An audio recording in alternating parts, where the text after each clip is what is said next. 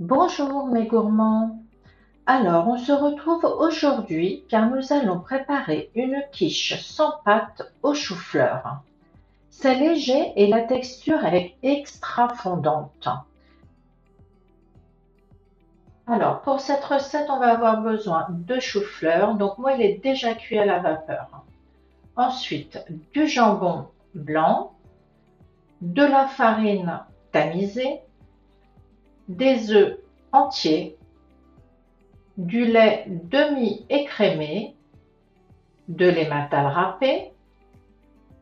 Et puis pour l'assaisonnement, je vais mettre du poivre du moulin, du mélange à la provençale et de l'ail et du persil.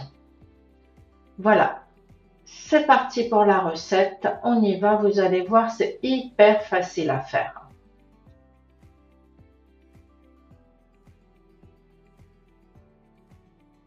Alors, dans un premier temps, vous allez venir tamiser la farine dans un saladier. Ensuite, on va venir ajouter les œufs entiers.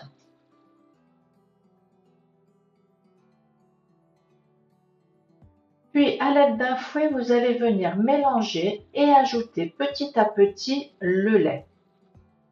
Vous l'ajoutez vraiment petit à petit pour éviter d'avoir des grumeaux dans votre préparation. Si vous avez peur avec un fouet à main, utilisez un robot ou un fouet électrique, ça sera aussi très bien.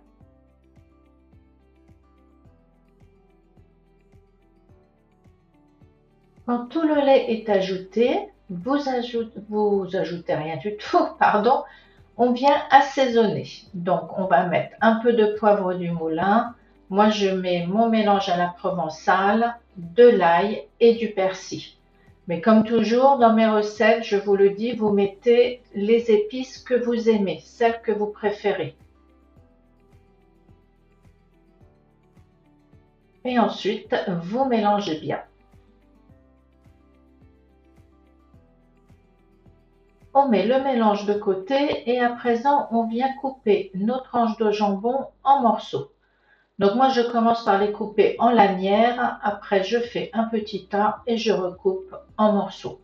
Donc pas trop gros, pas trop petits pour pas les perdre non plus dans votre quiche.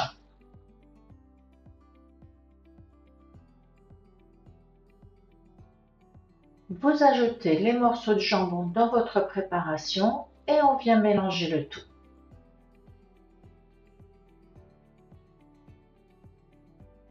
Pour finir, on ajoute l'emmental râpé et on mélange à nouveau.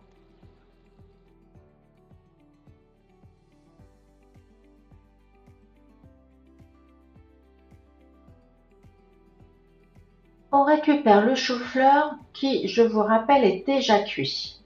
Je le mets dans un moule qui va dans mon four et sur le dessus, je verse ma préparation.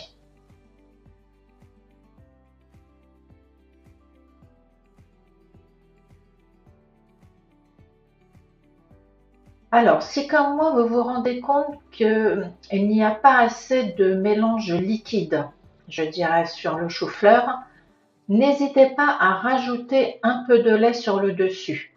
Il faut vraiment que ça vienne quasiment recouvrir le chou-fleur. Sinon, à la cuisson, ça ne se tiendra pas. Voilà, vous voyez, moi j'ai mon lait, ma préparation liquide, donc mon lait qui arrive vraiment juste au niveau du chou-fleur. À présent, on va enfourner à 200 degrés pendant 15 à 20 minutes, vraiment juste le temps de faire gratiner le dessus. Et voilà, à la sortie du four, ce que ça donne. Elle est superbe. Donc nous, on va la manger tiède avec une salade verte. Ça sera très bien pour un repas du soir. Si l'idée vous a plu, n'oubliez pas le commentaire et de vous abonner. Bon appétit, à bientôt.